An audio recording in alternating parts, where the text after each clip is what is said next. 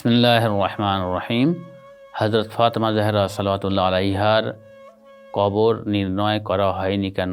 ওনার যে কবর রয়েছে, কোথায় রয়েছে, কোন জায়গায় আছে, এখনও পর্যন্ত কেউ সঠিকভাবে নির্ণয় করেননি।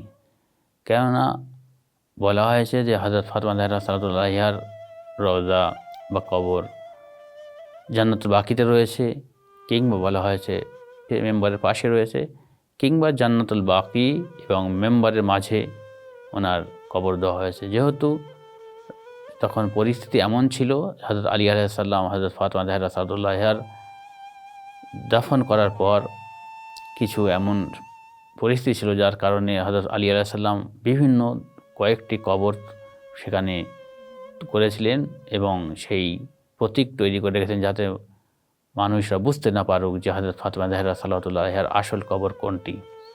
আর এটা লুকিয়ে রাখা আছে তার একটি রহস্যর মধ্যে, অনেকগুলো রহস্যের মধ্যে একটি রহস্য এই যে হযরত ফাতেমা জাহরা সালাওয়াতুল্লাহ আলাইহার কবর কেন লুকায়িত এবং কেন গোপন আছে, এটা সাধারণ মানুষ এবং সাধারণ মুসলমান হযরত ফাতেমা জাহরা সালাওয়াতুল্লাহ আলাইহার উপরে যে মুসিবত, যে ওনার অত্যাচার বা যে ওনার উপর যে দুঃখ কষ্ট এসে সেটা আনুক বুঝুক এবং তার মাধ্যমে হক আর বাতিল চিনতে পারুক এবং জানতে পারুক।